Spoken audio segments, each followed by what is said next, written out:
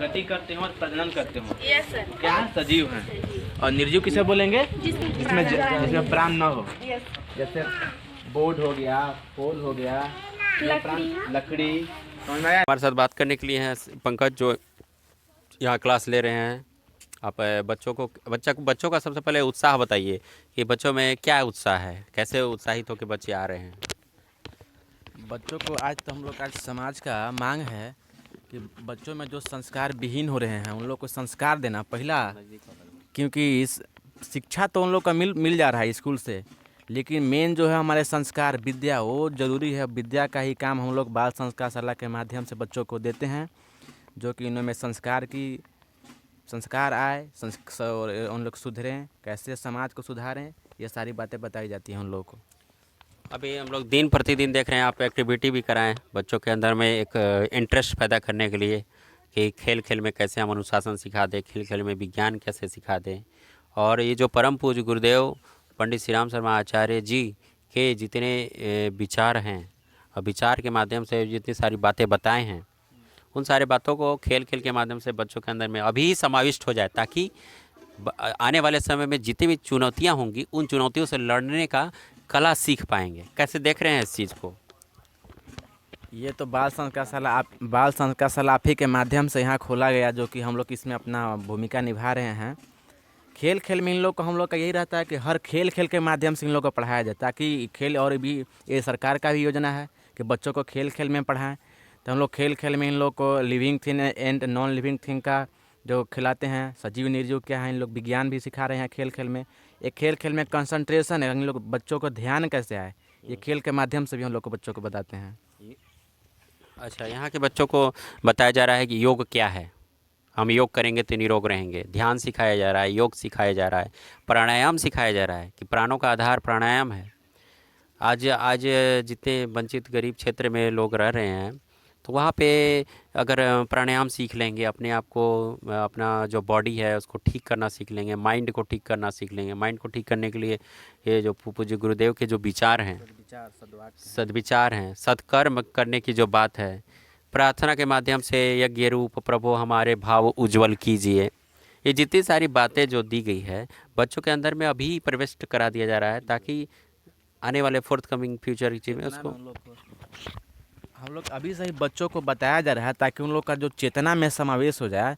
चेतना में जब बातें कोई बैठ जाएगी तो उन लोग क्या है कि गलत चाह के भी गलत नहीं कर पाएंगे। इस तरह का हम लोग का रणनीति है बाल संस्कार शाला के माध्यम से बच्चों को शिक्षा देने का, कि ऐसा संस्कार पैदा कर दिया जाए कि उन लोग चाह के भी ना गलती करें बड़ा होकर के।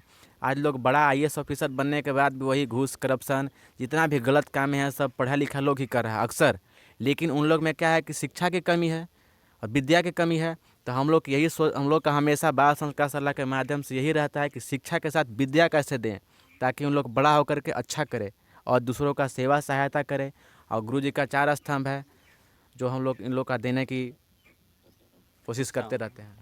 ये जो आपने बातें बताई कि आज जो है वर्तमान परिवेश में IAS लोग इतने कड़ी मेहनत करके बन जा रहे हैं, ये बहुत एम्फेसाइज करने वाली बात है पंकज। इतनी कड़ी मेहनत करके लोग IAS बन जाते हैं, उसके बाद भी पथभ्रष्ट हुए देखे जाते हैं। अपने ही क्षेत्र में देख लीजिए, कई ऐसे नाम आपको मिल जाएंगे। लेकिन इतना मेहनत करने के बाद शिक्षा तो उनका मुकम्मल रहता है, बढ़िया रहता है, फर्स्ट क्लास रहता है, लेकिन विद्या उसको संभालने की जो कला है, यानी अच्छी अच्छी बातों का समाविष्ट तो नहीं हो पाया ना, कहीं नहीं हो पाया। तो गुरुदेव की जो बातें थी, पुस्तकें भी हैं, मैं दर्शकों से अनुरोध करूंगा कि शिक्षा ही नहीं विद्या भी, ये पुस्तक है, इस पुस्तक को देखें। आज के वर्तमान युग में महती आवश्यकता है, शिक्षा ही नहीं विद्या भी। शिक्षा और विद्या को एक दूसरे से मिल जाना चाहिए। अगर शिक्षा आपको आर्थिक स्वावलंबन देता है तो विद्या आपको उसको संभालने की कला भी सिखाती है। ठीक है पंकज, तो वो बातें अभी ही बच्चों को यहाँ दिए जा रहा है, चूँकि ये विद्यालय में शिक्षा प्राप्त कर ले रहे हैं। लेकिन विद्या के लिए यहाँ बाल संस्कार शाला का जो गुरुदेव का पहले उस समय का ही ये पूरा वो बना के खड़ा कर दिए थे कि एक बच्चों के पास विद्या के लिए बाल संस्कार शाला जैसे उपक्रम होने चाहिए। अब आज पटना में चाहे और भी कहीं देखिए, जहाँ भी लोग तन्मय से आकर, आप भी हैं, हम भी हैं, अपना समय निकाल करके आके यहाँ पर दे रहे हैं। तो ये बातें कैसी आपको लग रही है? हमें तो बहुत अच्छा लग रहा है, क्योंकि ज़रूरी भी है। और हम लोग चाहते हैं कि जीवन के 4 स्तंभ बच्चों में दे दिया जाए अभी से ही, ताकि आगे चल के और भी बड़ा करें। जो कि है साधना, स्वाध्याय, संयम और सेवा। ये जीवन का 4 स्तंभ है। तो हम लोग बच्चों में हमेशा कोशिश यही करते हैं कि ये 4 स्तंभ उन लोग में दे ही दें। साधना, स्वाध्याय, संयम और सेवा। जैसा पंकज तुमने बहुत अच्छा बात बताया कि जीवन के ही 4 सूत्र हैं और इस 4 सूत्र में सारा चीज़ समाविष्ट है। साधना के लिए कितनी सारी पुस्तकें लिख दी गई है पूज्य गुरुदेव का। तो एक एक पूज्य गुरुदेव के पुस्तकों पर हम लोग दर्शकों के सामने प्रस्तुत होंगे। वो बड़ा का बड़ा वाङ्मय है पंकज। साधना से सिद्धि, साधना से ही सिद्धि हो जाती।